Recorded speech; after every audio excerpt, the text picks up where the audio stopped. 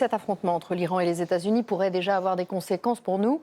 Hier, les Iraniens ont annoncé la fermeture du détroit d'Ormuz, où transite 20% du pétrole consommé dans le monde. De quoi faire craindre une flambée des prix du carburant. Élise Coussemac, Alexandre Godin et Mathirard. Ce matin, à la pompe à essence, nous rencontrons Oscar. Inquiet face à la situation géopolitique, il a préféré anticiper. Rempli un bidon d'essence, malheureusement, on sent que ça va être nécessaire très bientôt. Il n'est pas le seul.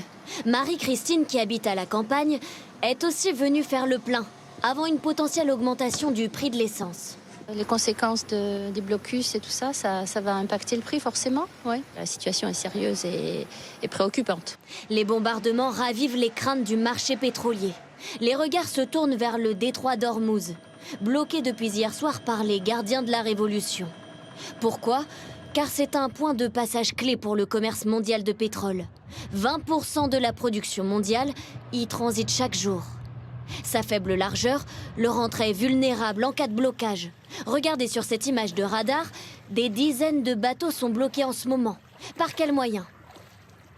La puissance navale iranienne est très très faible. Il y a quelques frégates, ils ont très peu de moyens de nuisance sur place. Il est vraiment bloqué plutôt symboliquement.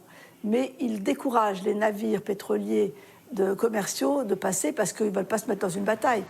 Avec le blocage du détroit d'Ormuz, risque-t-on en France une pénurie de carburant ?